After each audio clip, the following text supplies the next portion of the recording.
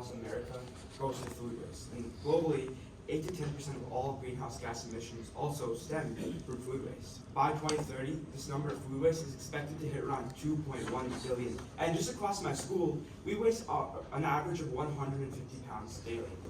So my school is trying to implement solutions like putting up posters that say waste less or only take as much as you need, but to be honest, that's not really gotten anyone to change. But there is one thing that has. You may have seen those water fountains across those new ones that have the amount of water you save, and I'm sure there's one inside this building. But that's something I wanted to try to implement here in food waste. But that's obviously a really major feat to overcome. So picture like someone having to, as fast as someone puts a piece of food inside the bucket, to calculate not only the weight but also its carbon, methane, and other such emissions. And our face made a lot of problems doing this. And so my first iteration was this. Basically, you use an Arduino alongside an HX11 weight sensor and a display to just measure specifically the weight. And so, the pros of this were that it could be easily implemented, but there was just several issues I faced here. Number one, those weight sensors right there were really susceptible to different variations in the temperature and just even food touching it. So it was really unstable. Also, I couldn't calculate those emissions that would be helpful in the psychology part, which I'll get into the next part. Yeah. So then came my second iteration. It incorporated, the first thing I tried to do was use a camera to, instead of using a weight sensor, use something called camera intrinsics, which is basically a fancy algorithm to take computer images and generate them into real-world data I can use for volume. And this includes length, width, and height as well. And so at first, to classify the foods that were inside that image, I used something called YOLO V8, which is a model to classify the images, and that was also really inaccurate. So then I planned on training a data set that existed online that had included 7,000 images, but even then I found that to be inaccurate. So after even then taking around 200 pictures of food waste using this camera that I had right here, it still proved to be. Then I stumbled upon something called Llama Vision, and it's basically an AI model trained on over 90 billion images, and I found it to have high accuracy. And not only could it return the type of classification it was, but it could also return the density, methane, carbon, and other such factors as well that I could get from the camera's camera intrinsic values for the volume. So that's the display over there, by the way. So in essence, how it works is that it first detects motion from the camera, someone putting food into the bucket.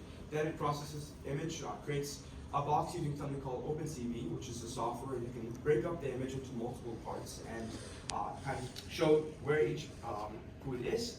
Then this basically cropped image goes through two processes. First, it's going through Llama Vision to classify the food and return the other types of emissions in a JSON format, which is a computer readable format.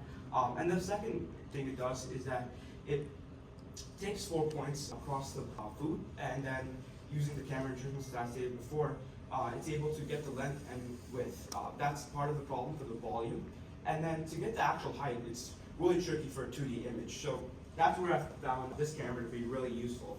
It's an Intel RealSense C415, and basically it has two cameras on there to be able to calculate the height of objects by taking the point at the highest point of the food and then the lowest point of the food. And so it's basically a depth camera, and something that I really thought was able to make my project so accurate and precise. And the other part is the real-time feedback that it gives, and it's able to do this in real time to talk about, it's able to do this in real time so that the psychology part is actually useful, because I found that real-time feedback is one of the most powerful things that can change a human. Alongside that, there were several behavioral psychology things I implemented, including nudge theory, real-time feedback, loss aversion, social proof, and emotional framing.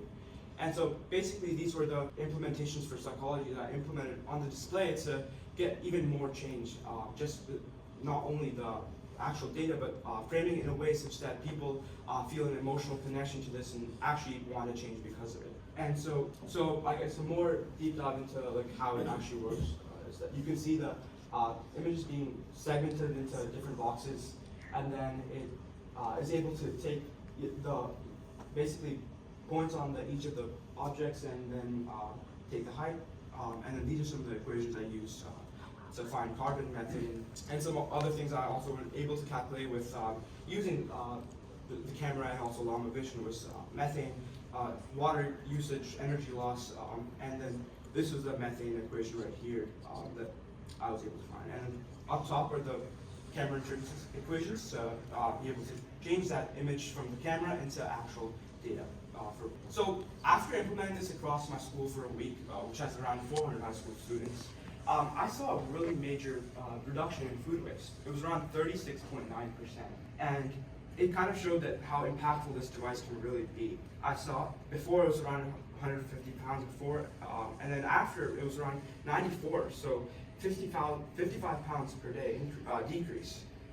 And it just showed that how psychology combining with technology can really make an impact on oneself. So I also calculated it, and if we were to implement this across PDS for a year in my school, we'd be able to save 5 tons food waste annually and 4,450 kilograms of carbon dioxide. And if we were to implement this in just 100 schools across New Jersey, we could save over 1 million pounds of food waste. This is also really highly implementable, knowing that this is just using a camera, a Raspberry Pi, a display, and the Llama Vision's API, which is really cheap and is easily implementable, knowing that this whole system would cost around $300 for all of the things, including the API, which would be around $10 a month.